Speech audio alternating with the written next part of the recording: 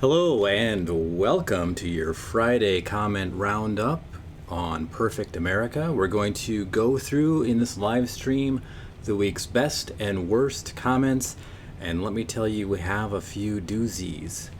I'm going to start off with the oldest video and we'll work in chronological order. So going all the way back to this video from March of 2017 called the Friday Feedback Roundup, we have a comment here from not just Perfect America, but also Small Channel Reviewer.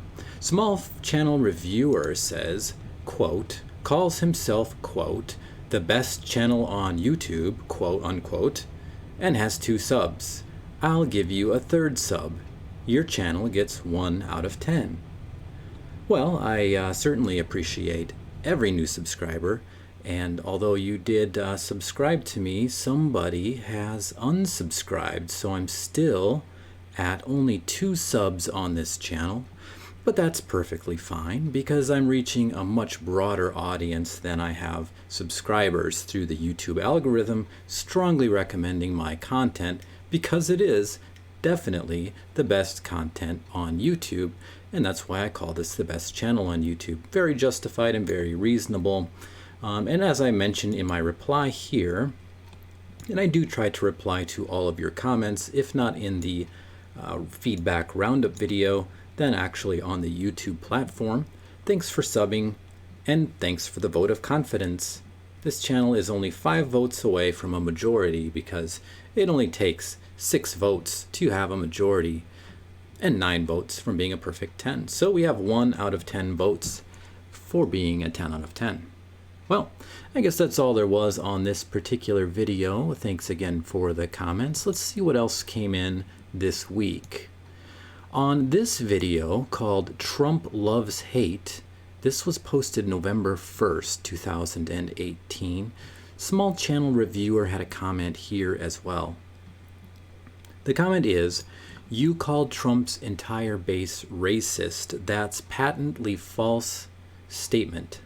I'm sorry, I misread that. That's a patently false statement and is quite despicable on your part.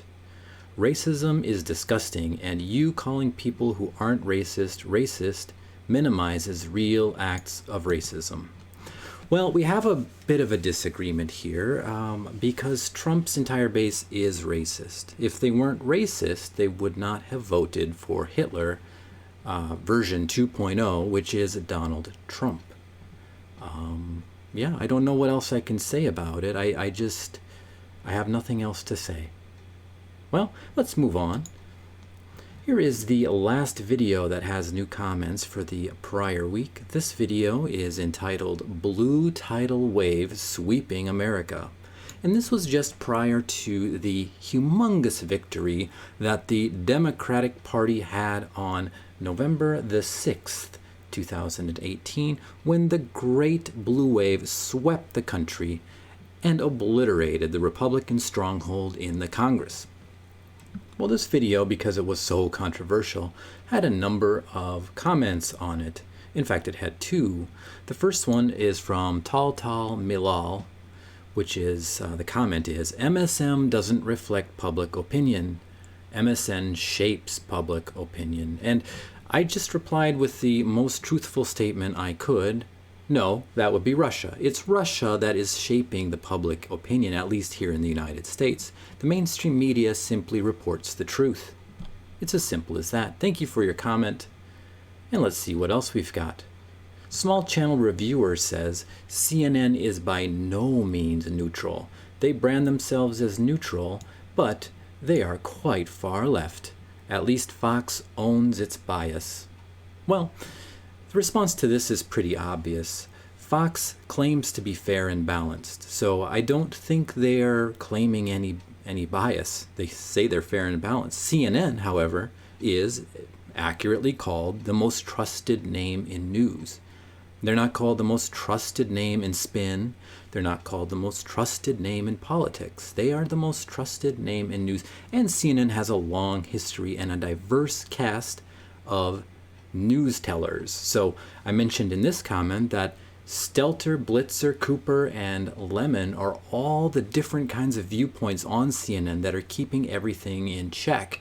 So if Stelter goes off in the far left kind of direction, we've got Lemon who will come in and kind of bring him back to the center with a more right-leaning view. So that's how I see CNN being a lot more balanced. Now, MSNBC, on the other hand, is a very leftist so-called news organization. And of course, as I mentioned in the video, Fox News is Hitler. And I think that is all of the feedback we have this week.